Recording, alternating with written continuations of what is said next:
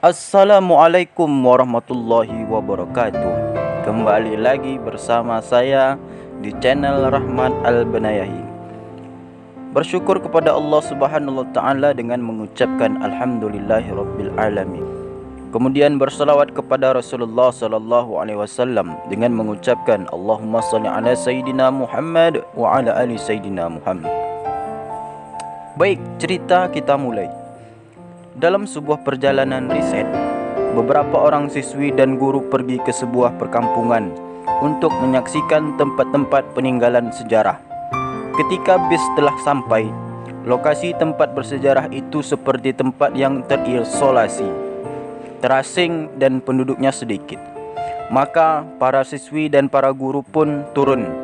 Mereka mulai menyaksikan berbagai peninggalan sejarah dan menulis apa yang mereka lihat. Pada awalnya, mereka berkumpul untuk menyaksikan peninggalan sejarah tersebut. Namun, beberapa saat kemudian mereka berpencar. Setiap mereka mulai memilih satu lokasi yang mereka kagumi. Kemudian mereka memperhatikannya. Ada seorang siswi yang serius menulis maklumat tentang peninggalan sejarah tersebut. Ia pergi jauh meninggalkan tempat perkumpulan para siswi.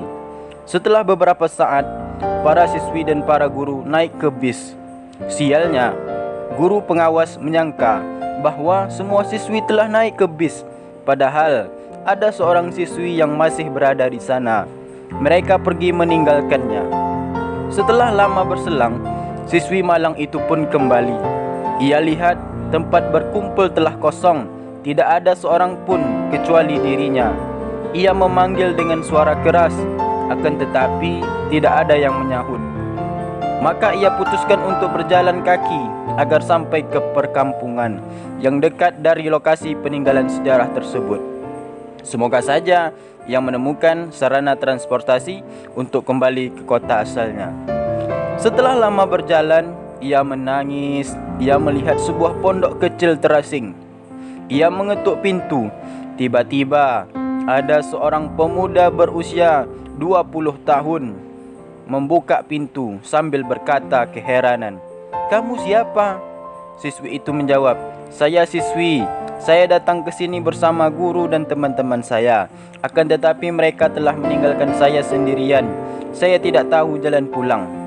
Pemuda itu pun berkata, "Kamu berada di lokasi terisolasi. Perkampungan yang menjadi tujuan berada di daerah selatan. Akan tetapi engkau berada di daerah utara. Di sini tidak ada seorang pun." Laki-laki itu mempersilahkan masuk. Siswi itu menginap hingga pagi hari agar cukup waktu untuk mendapatkan sarana transportasi menuju kota tempat tinggalnya. Laki-laki itu meminta agar siswi itu tidur di atas kasurnya, sedangkan ia tidur di lantai sudut kamar. Laki-laki itu mengambil tirai, kemudian ia digantungkan di atas tali sebagai pemisah antara tempat tidur dan sisa ruangan. Siswi itu berbaring, ia takut. Ia menutupi dirinya hingga tidak ada bagian tubuhnya yang terbuka. Selain kedua matanya, ia tetap mengawasi pemuda itu. Sementara pemuda itu duduk di sudut kamar, di tangannya ada buku. Tiba-tiba ia menutup buku dan memandang lilin yang berada di depannya. Setelah itu, ia letakkan ibu jarinya di atas lilin kira-kira 5 menit. Api lilin membakarnya. Hal yang sama ia lakukan pada semua jari jemarinya. Siswi itu terus mengamatinya. Ia menangis dalam keadaan diam karena khawatir jangan-jangan pemuda itu gila dan sedang melaksanakan ritual keagamaan tertentu. Mereka berdua tidak tidur hingga pagi hari. Kemudian pemuda itu mengantarkan siswi tersebut ke kotanya. Kemudian siswi itu menceritakan apa yang terjadi kepada kedua orang tuanya. Akan tetapi orang tua siswi itu tidak percaya kisah tersebut, apalagi putrinya sakit karena ketakutan yang telah ia alami. Orang tua siswi itu pergi menemui pemuda itu sebagai seorang musafir. Ia meminta agar pemuda itu menunjukkan jalan. Orang tua siswi itu menyaksikan sendiri tangan pemuda itu ketika mereka berdua berjalan berdekatan. Orang tua siswi itu bertanya tentang penyebabnya. Pemuda itu menjawab, 2 malam yang lalu ada seorang gadis cantik datang kepada saya. Ia tidur bersama saya. Setan berbisik-bisik kepada saya. Saya khawatir jika saya melakukan perbuatan yang tidak diinginkan. Maka saya putuskan untuk membakar jari jemari saya satu persatu, agar syahwat setan itu ikut terbakar bersamanya sebelum iblis membuat tipu daya kepada saya. Pemikiran untuk mencelakai gadis itu lebih menyakitkan saya daripada terbakar api.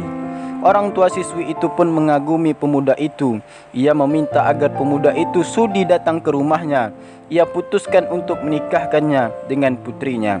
Pemuda itu tidak mengetahui bahawa perempuan itu adalah siswi yang tersesat tersebut. Sebagai gantinya dari 1 malam yang haram, maka ia memperoleh kemenangan, mendapatkan yang halal untuk seumur hidup. Dan cerita pun tamat. Ending di sini sangat mengejutkan hati, sangat menyayatkan hati. Bagaimana seorang pemuda bisa menahan hawa nafsunya ketika di tengah hutan berdua, namun dia sanggup menahan hawa nafsunya. Maka Allah Subhanahu wa taala menggantikan 1 malam yang haram dengan menggantikan setiap malam yang halal.